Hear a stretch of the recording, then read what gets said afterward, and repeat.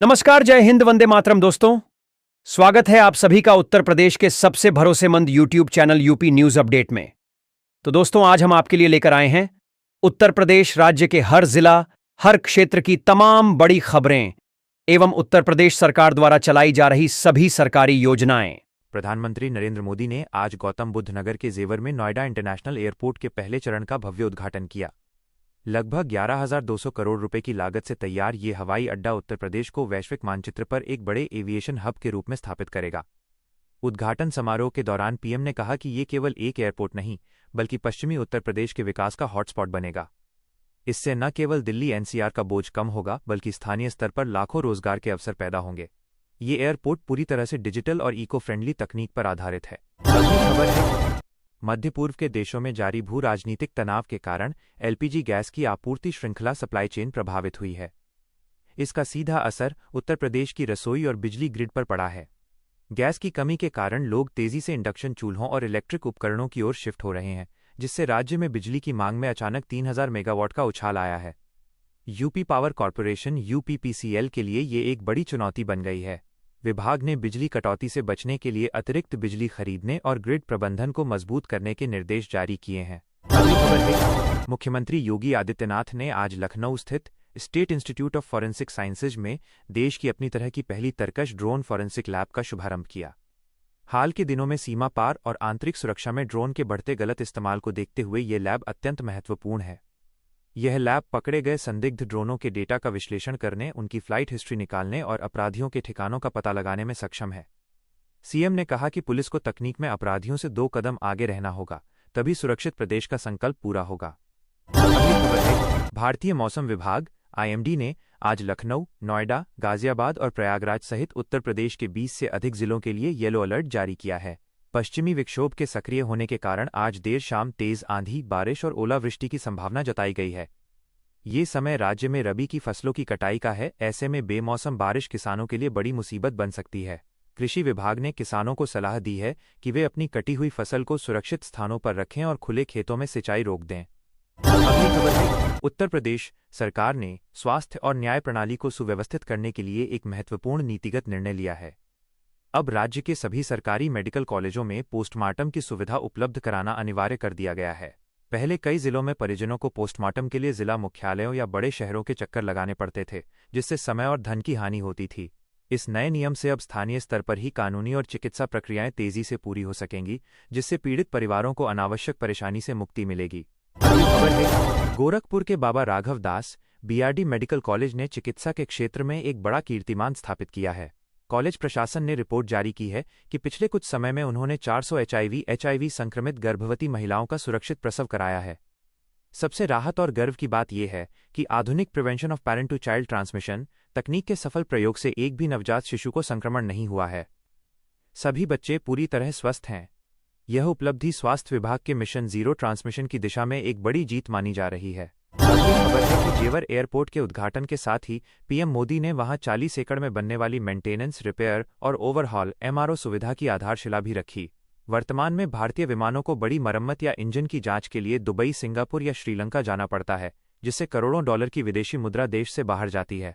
जेवर में इस सुविधा के शुरू होने से न केवल समय बचेगा, बल्कि भारत एशिया में विमान मरम्मत का प्रमुख केंद्र बन जाएगा। ये प्रोजेक्ट मेक इन इंडिया और आत्मनिर्भर भारत की दिशा में मील का पत्थर साबित होगा।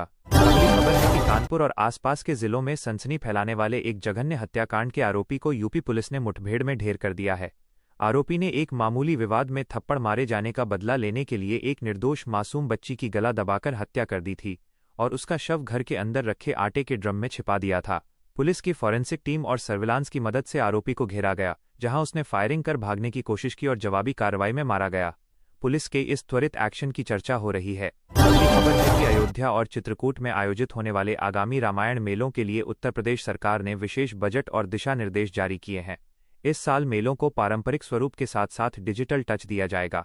श्रद्धालुओं के लिए वर्चुअल रियलिटी वीआर शो आयोजित किए जाएंगे, जिसमें वे रामायणकालीन प्रसंगों का सजीव अनुभव कर सकेंगे। सरकार का उद्देश्य नई पीढ़ी को तकनीक के माध्यम से अपनी सांस्कृतिक विरासत और महाकाव्यों से जोड़ना है। इसके लिए प्रमुख पर्यटन स्थलों पर बड़े एलईडी स्क्रीन और इंटरैक्टिव बूथ भी लगाए जाएंगे। अगली खबर है कि पर्यटन और पर्यावरण संरक्षण के बीच संतुलन बनाने के लिए वाराणसी में गंगा नदी पर नए इलेक्ट्रिक क्रूज चलाने की योजना को हरी झंडी मिल गई है। ये क्रूज डीजल के बजाय बैटरी से चलेंगे, जिससे गंगा के पानी और ध्वनि प्रदूषण में भारी कमी आएगी।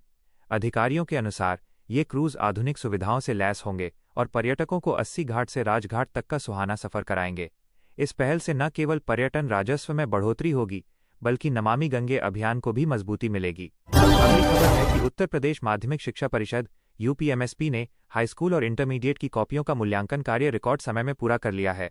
शिक्षा विभाग के सूत्रों के अनुसार इस बार परिणाम पिछले वर्षों की तुलना में जल्दी घोषित किए जा सकते हैं। बोर्ड ने तकनीक का उपयोग करते हुए डेटा फीडिंग की प्रक्रिया को पूरी तरह डिजिटल कर दिया है, ताकि त्रुटियों की गुंजाइश न रहे। लगभग 55 लाख छात्र छात्राओं की किस्मत का फैसला अगले कुछ दिनों में होने वाला है। मेधावी छात्रों के लिए राज्य सरकार ने विशेष सम्मान समारोह और लैपटॉप वितरण की योजना भी तैयार की है। अगली खबर है कि राजधानी लखनऊ के एकाना स्टेडियम परिसर में आज से 3 दिवसीय ग्लोबल टेक समिट 2026 का आगाज हुआ। इस सम्मेलन में दुनिया भर की 200 से अधिक आईटी और सॉफ्टवेयर कंपनियां हिस्सा ले रही हैं। मुख्यमंत्री ने उद्घाटन सत्र में कहा कि उत्तर प्रदेश अब एक्सप्रेसवे प्रदेश के साथ साथ आईटी हब के रूप में भी उभर रहा है। समिट का मुख्य उद्देश्य स्टार्टअप्स को बढ़ावा देना और स्थानीय युवाओं को सिलिकॉन वैली जैसी सुविधाएं उत्तर प्रदेश में ही प्रदान करना है। कई बहुराष्ट्रीय कंपनियों ने राज्य में अपने डेटा सेंटर खोलने के लिए रुचि दिखाई है। अगली खबर है कि उत्तर प्रदेश के गन्ना बेल्ट, पश्चिमी यूपी और तराई क्षेत्र के किसानों के लिए खुशखबरी आ सकती है। राज्य सरकार आगामी पेराई सत्र के लिए गन्ने के राज्य परामर्शित मूल्य एसएपी में 20 रुपये से 25 रुपये प्रति क्विंटल की बढ़ोतरी पर विचार कर रही है। किसान संगठनों के साथ हुई हालिया बैठक के बाद ये प्रस्ताव कैबिनेट को भेजा गया है। इसका उद्देश्य बढ़ती लागत के बीच किसानों की आय में सुधार करना है। सरकार का दावा है कि पिछले सीजन का 95% से अधिक भुगतान पहले ही किया जा चुका है, जो एक नया रिकॉर्ड है। अगली खबर है कि कानपुर शहर की यातायात व्यवस्था को प्रदूषण मुक्त बनाने के लिए नगर निगम और परिवहन विभाग ने 50 नई इलेक्ट्रिक बसों को बेड़े में शामिल किया है। ये बसें मुख्य रूप से उन रूटों पर चलेंगी जहां ट्रैफिक का दबाव अधिक रहता है और वायु गुणवत्ता सूचकांक AQI अक्सर खराब श्रेणी में रहता है। इन बसों में महिलाओं की सुरक्षा के लिए पैनिक बटन और लाइव GPS ट्रैकिंग की सुविधा दी गई है। प्रशासन का लक्ष्य अगले 1 साल में शहर की सार्वजनिक परिवहन प्रणाली को 80% तक इलेक्ट्रिक आधारित बनाने का है। अगली खबर है कि मिर्जापुर स्थित प्रसिद्ध मां विंध्यवासिनी मंदिर के चारों ओर बन रहे विंध्य कॉरिडोर का निर्माण कार्य 90% पूरा हो चुका है। काशी विश्वनाथ धाम की तर्ज पर बन रहे इस कॉरिडोर से श्रद्धालुओं को संकरी गलियों से मुक्ति मिलेगी और वे सीधे गंगा घाट से मंदिर तक चौड़े रास्तों के जरिए पहुंच सकेंगे। पत्थरों पर की गई नक्काशी और लाइटिंग की व्यवस्था इस स्थान को आध्यात्मिक के साथ साथ पर्यटन की दृष्टि से भी भव्य बना रही है। सरकार को उम्मीद है कि कॉरिडोर खुलने के बाद यहां आने वाले पर्यटकों की संख्या में 3 गुना वृद्धि होगी।